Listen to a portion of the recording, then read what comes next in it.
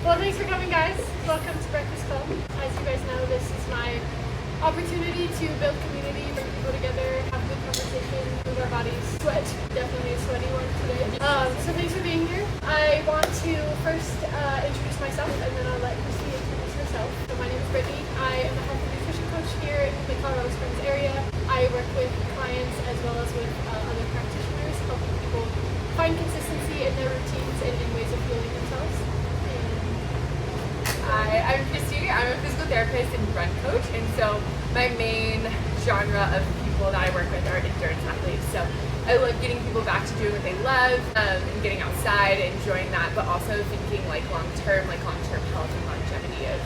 So we themed our conversation for the day of preparing for performance. First, I thought it would be helpful to define what performance actually means as we're like diving into this. So performance, Merriam-Webster of course had several definitions.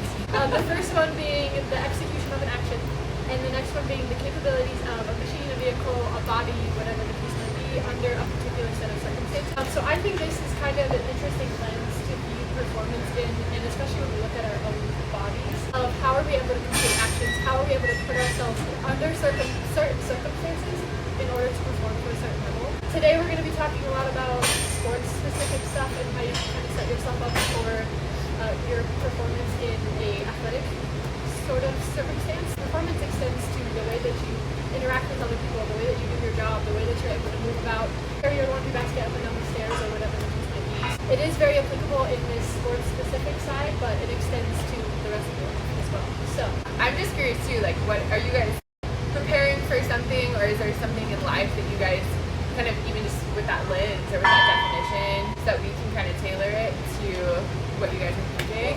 Yes, I just signed up for an 8-mile trail run race. all Oh, right. that's so fun. Which one is it? It's down in the Royal Gorge. Oh yeah. Oh. Okay. A little competition, all right. Love it. I don't have anything. Performing in your work, you have a kind of strenuous so that is Realize I need to relax. Instead of like Yeah. PT helped me realize recently. So I'm like trying to underperform is like the goal. It's in a different way though, truly. I mean, I talk about like having seasons almost, like that macro cycling. Having seasons in like your season right now is your performance is mobility. Your performance Yes, is mobility. learning how to balance that work and rest. when we're talking about like performing under a certain set of circumstances, like you're molding your circumstances to help you be able to relax more or make time for that or have quality time for Yeah. So I thought that was an interesting lens of like the circumstances that you're setting up for yourself. I feel like it's fascinating. So my first question for you, and whether you want to kind of pull in. What are you preparing for? Oh. I'm in a muscle building phase, so just something new, and I'm always trying to be able to move really well with the weight that I'm pushing. Yeah, and I am coming back from a stress fracture, so I'm not officially signed up for anything, but slowly building up to getting back on the trails, like building volume, maybe doing a triathlon here in the fall, so we'll see. Yeah. Okay, so what if you had somebody that was coming to you that maybe they're coming back from injury or they haven't been training for a while and they're like, hey, I really want to try to get back into doing some sort of activity. What would kind of be the first places that you would start in order to help them set up those circumstances?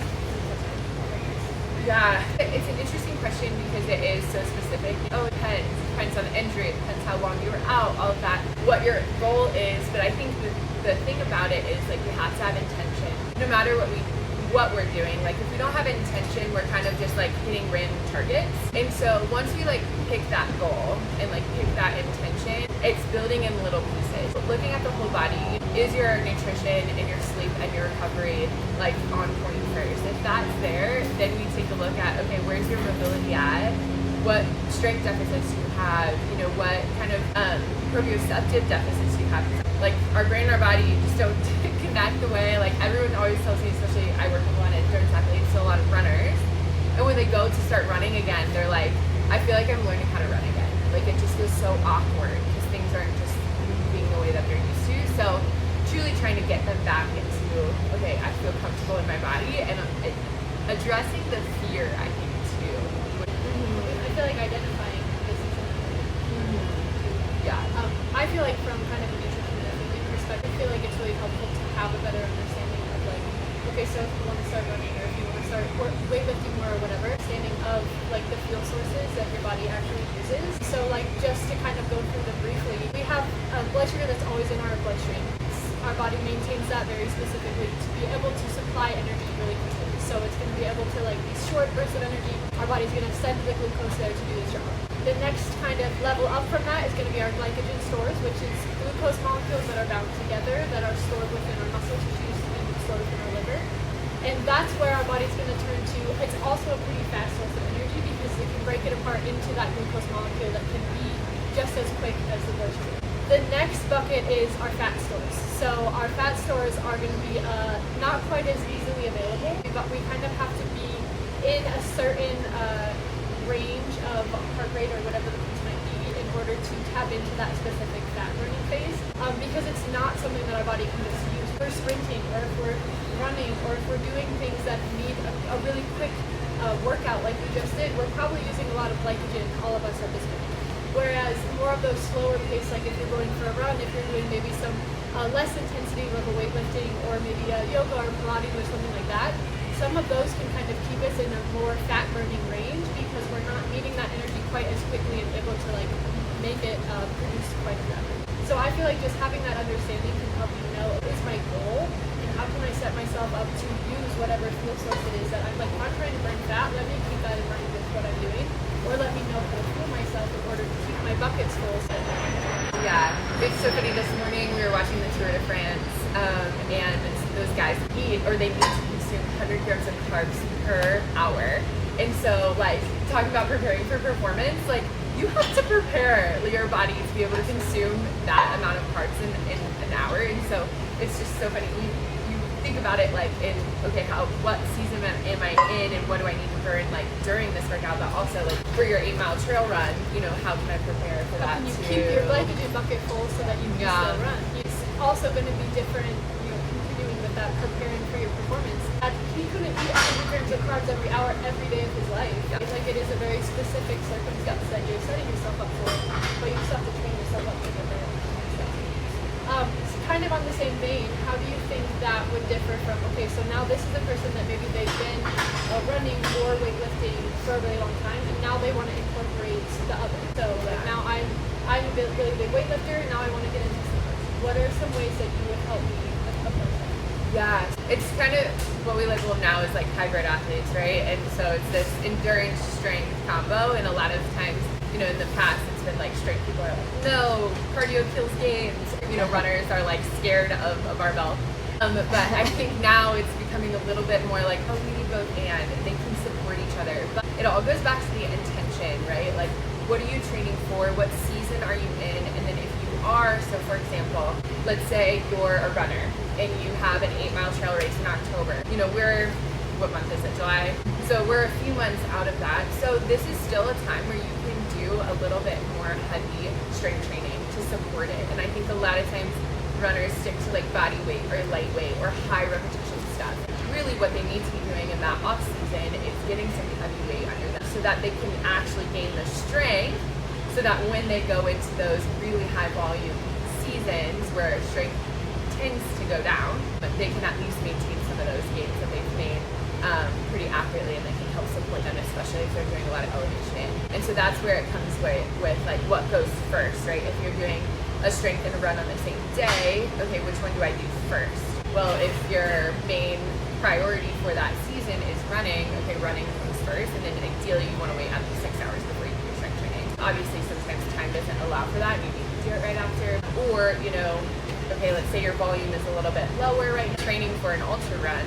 Well, okay, let's get your strength session in, and then the next day when you're really sore and your legs are tired, let's do a run, because even though your volume's not high, we're practicing running on tired legs. And then the reverse is true. So if you're a strength athlete wanting to like build in some running, you know, that strength comes first, and then you build in the running, so it's not hindering your execution on those lifts, your form on those lifts, the amount of weight you can do, all that stuff.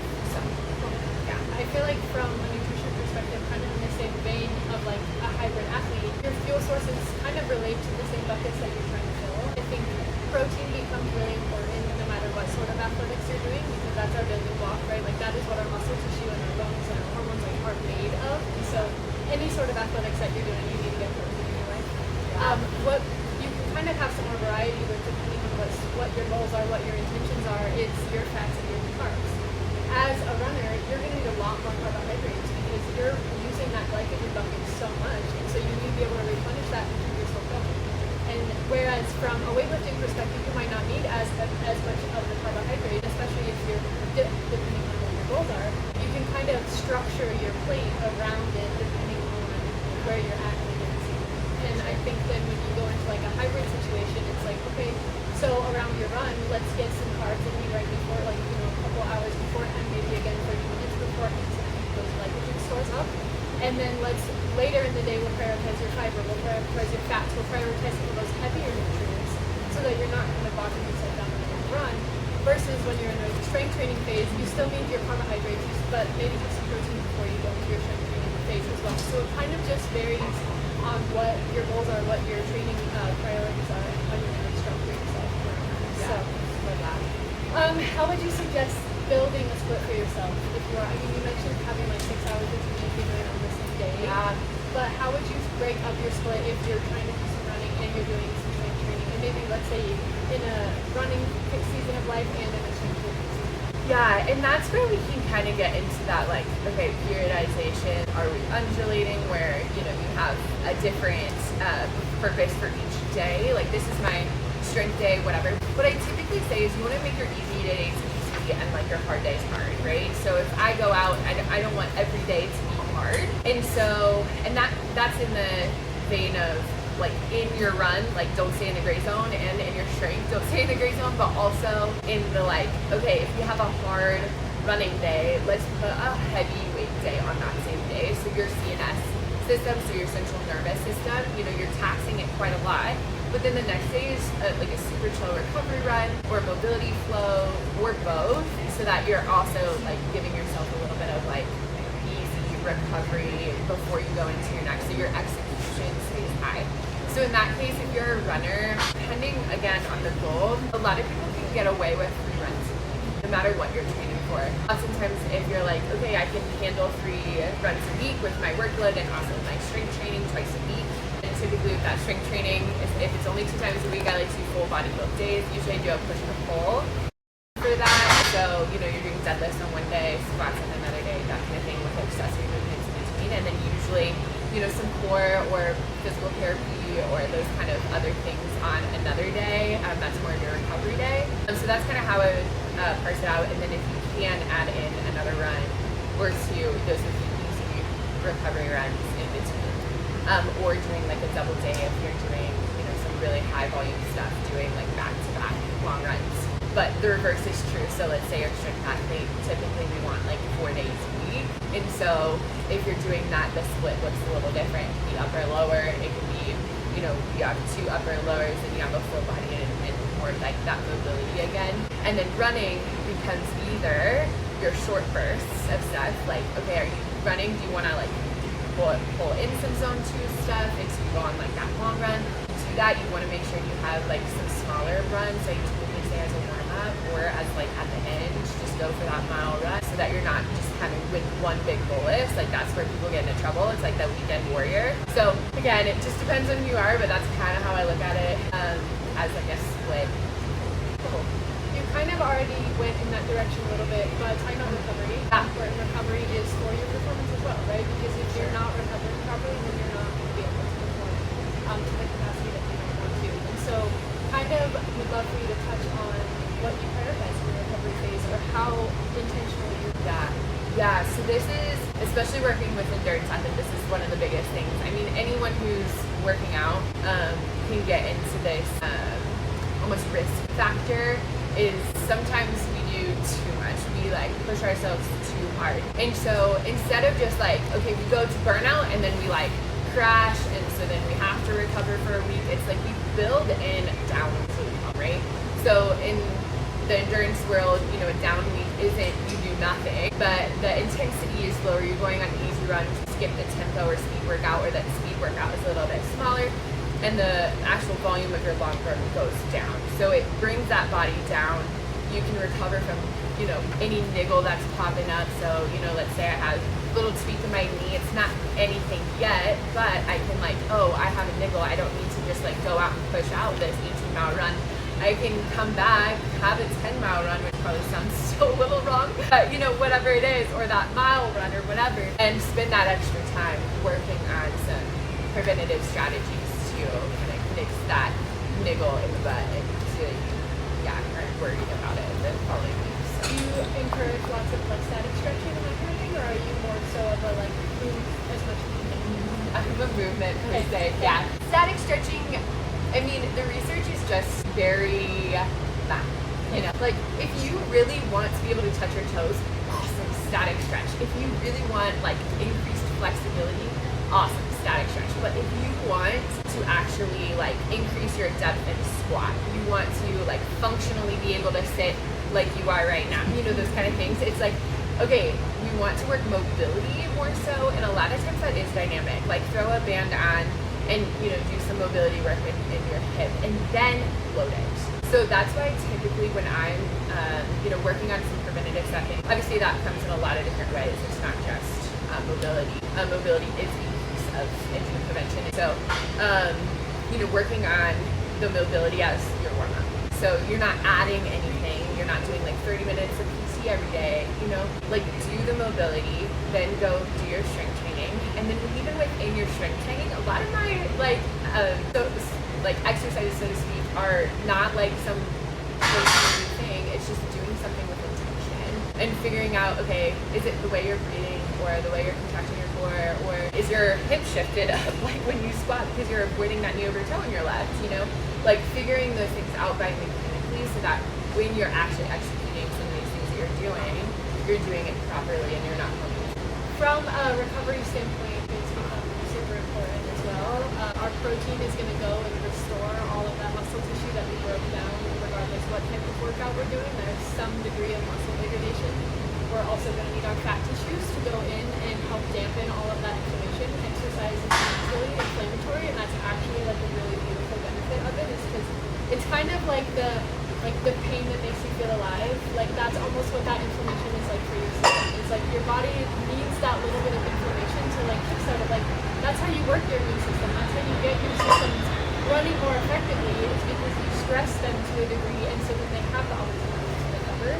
And so our fat tissue, or our fat that we're consuming, is going to go and help kind of dampen that inflammation back down and tell your body like, no, but we're recovering. I have the nutrients that I need. I'm able to put those in fill my buckets back up so that I can still go out and perform my nutrition. And so having that mindfulness surrounding our nutrition and getting really high quality proteins, fats, getting some colorful fruits and veggies within your plate to help you get all of those nutrients that you need to rebuild all of that tissue so you get those good benefits of exercise, right? Like you're not just continuing to wear yourself down and not like have that rebuilding phase that you're you kind of already touched on it, but I'd love for you to talk about any other specific like injury prevention stuff that you work with people and how you help them kind of bring that into their life so that then they can keep doing the things that they love for hopefully. Good catch in mind, because I used to get these clients coming in and they'd be like, oh no, Christy, I have a week, racing like 2 weeks, like help me. And it was like, oh, but if you would have reached out like, you know, 6 months ago, or like when you first started training, you could have like got on top of this, because, you know, oftentimes it is something where it's, you know, a gait abnormality that like really cued me into, oh wow, they have XYZ weakness, or their mobility is a little bit off here, or whatever. And oftentimes it's not like, oh my gosh, this is like 100% you're gonna get this injury. We don't have good enough correlation for that. However, you know, it's like, hey, if you don't have a whole lot of ankle range of motion, okay, let's make sure we're getting you in the right shoes. Make sure we're actually working on the mobility for your ankles, so that when you're running, your knees going under your toe, or like when you're squatting, you're actually getting that full depth, and you're not avoiding, you know, that position by hiking up your hip, and then later on having low back pain because, you know, you were under, you know, 200 pounds with a squat. So a lot of it is seeing what the deficits are and then treating them right away. So a lot of that goes through some testing. We can even do a few tests here if you want. Yeah. You guys are good? Okay. Let's do a couple. Don't have a whole lot of wall space, so just find like an object. It doesn't have to, it just has to be like a straight up object. And then you're gonna go about 5 fingers from the wall. okay? Toe is facing the wall, hips are facing the wall or the object. You're gonna try to get your knee to touch without, again, going in or out or lifting up your heel. And so if you have that range of motion, odds are you can probably get down into a deep squat. If you don't, if you're a little bit closer, so like 5 fingers this way. Yeah, so if you're a little bit further than that, that's something where it's like, okay, every time before, you guys all look really good. Okay, I'm gonna have you do the next thing. I want your knees facing forward, and you're gonna try to rotate your toes in, and then rotate your toes out to see how much tibial internal and external rotation you have. Again, yes, did. You can sit on anything. There's another thing here, or you can sit here. Okay, yep, but knees have to stay forward. The knees stay forward, spread your feet a little bit further, yep. And then so you can rotate your toes in and rotate your toes out. So yeah, ones where, okay, you can go against the band doing that same thing, and then let that band kind of take you out into those. So the reason we need that tibial internal external rotation, if we think about when we run, keeping everything in line, right? If we don't have enough tibial internal rotation, we're not able to rotate up the chain, even though our foot is on the ground. Same thing with like squats or lateral lunges or things like that. So those kind of things we're thinking about. We all did like the 90-90s in the beginning, so you guys all looked good with that. But if you find that your hip internal external rotation, you can always lay on your back and see how high your foot can go. You can do that standing too to make it active. But those are some like very basic tests or self-tests that you can do. Like, okay, the other one, everyone has shoes on, so I'm not going to make you besides you. So come here. Okay, take off your shoe. Either one, you can do both. Okay, come here. Okay, so this is my favorite one, okay? So first of all, we want to see if I can lift her big toe off of the ground, okay? So when she's on the ground, like I can hardly lift that. Like that takes some more. So we want to make sure that like one, when she's passive, that she can actually move her toe, but that's something we want to work on. And then I'm going to ask her, can you lift your big toe without your little toes on your own? That's actually pretty good. What about this guy? Hard one. And then big toe plants and the little toes lift. Okay, that's a little better. And then we also want to make sure that she has good motion. So can you smash my finger under here? Good, and then lifting that up. So that's that midfoot motion. So we're kind of checking, okay, one, does she have good proprioception? Can she actually move? It's called toga is what I like to call it, right? So can you move your big toes without your little toes and little toes without your big toes? That shows that you have some good, again, mind-body connection, but also strength in your foot muscles. There's so many muscles underneath your foot. It's kind of wild. But then also when we run or when we walk, we have to have toe extension to be able to push up. So she has bunions, and I'm guessing it's because she has limited toe extension. So if you work on big toe mobility, that can be a huge benefit to working on your bunions. So that's something, to kind of keep in mind too, is like we never want to lose that big toe extension, because that's our big powerhouse when we push off, and we want to be able to do that. And if not, our body's going to find a way around it, and usually it's this, which pushes that toe inside. Yeah. He's going to be like, who told you about big toe mobility? Yeah. Good question. Right before you went into that, you were like, if you need help, lay on your back and do this. Yeah. So normally I would be, moving your leg around, checking flexion and then external rotation, moving your leg like this, keeping your knee straight, and then moving your leg like this. I have decent internal rotation. My external rotation is very limited. And so normally I'd be able to, get like this, but I have like really right now, motion, like active motion, but passively I can get there. So that's one of those things where you can check, like, do you have, good active range of motion where you can move your leg, or, is that very different in your passive range of motion? So that's a way you can check your hip mobility. Are you here for the 90-90s too? Did you see those? These ones. I was walking in right when you were doing it. Okay, so that's it's a great way to work on it, but what I actually, typically if you have like limited external rotation or internal rotation, I would hook up a band to something like a bench or a rig or something, and then get it right up into your groin. And then you can work through either like the 90-90s, and what you want is that band.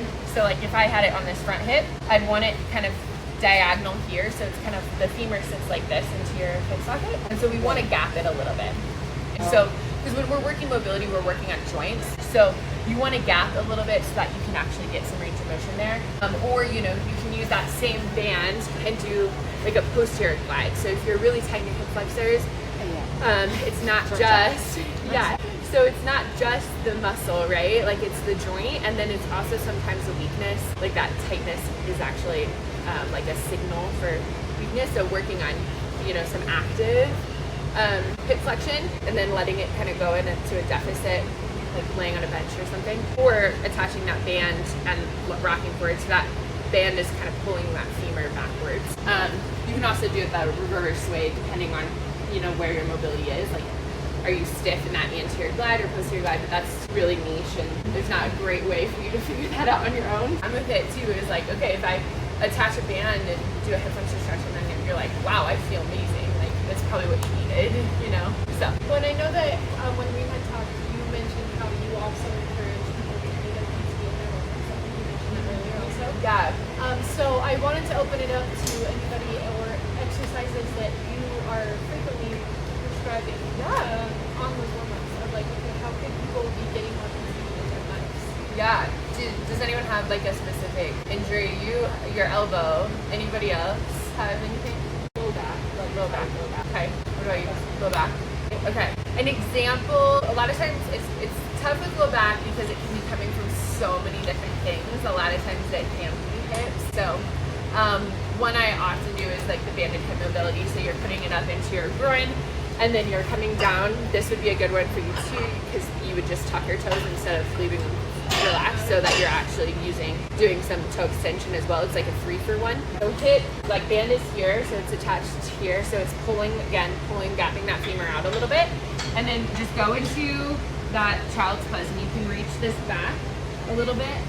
So not only are you mobilizing your hip, you're keeping it active, you're stretching out your big toes, and then you're also rounding that back and getting a little bit of stretch there. Another great one for low back that I often do are called iliacus pullbacks. We could do kickstand RDLs or like a PRI breathing exercise. Breathing exercise, your feet are up on the wall or bench like this, and then heels dig in, you're engaging your hamstrings but keeping your glutes relaxed, and then you're taking a big deep breath, thinking about expanding belly back and sides, lifting your hips, still not engaging your glutes to do this. You're using your hamstrings and lower abs, and then breathing again into that low back. So here we're warming up our hamstrings because that's going to pull our pelvis from that anterior pelvic tilt, which often creates that low back tension, and bringing it into a neutral stance. And then we're also breathing to kind of, again, relax that. Kickstand RDLs are one of my favorites too for like any kind of like SI joint low back pain. It's a B stance, and then you're coming into that hinge. You can add that rotation, and in that rotation is when you're taking a big breath and aiming it for where you're usually having that tension, and then using those deep containers to come back up. So those are a couple of examples. How long of a warm-up do you usually suggest? Oh, typically it's like 5 exercises, you know, because they are so specific to you, and then what your workout is doing. You know, it's not like, okay, I'm going to do every PT exercise ever, you know.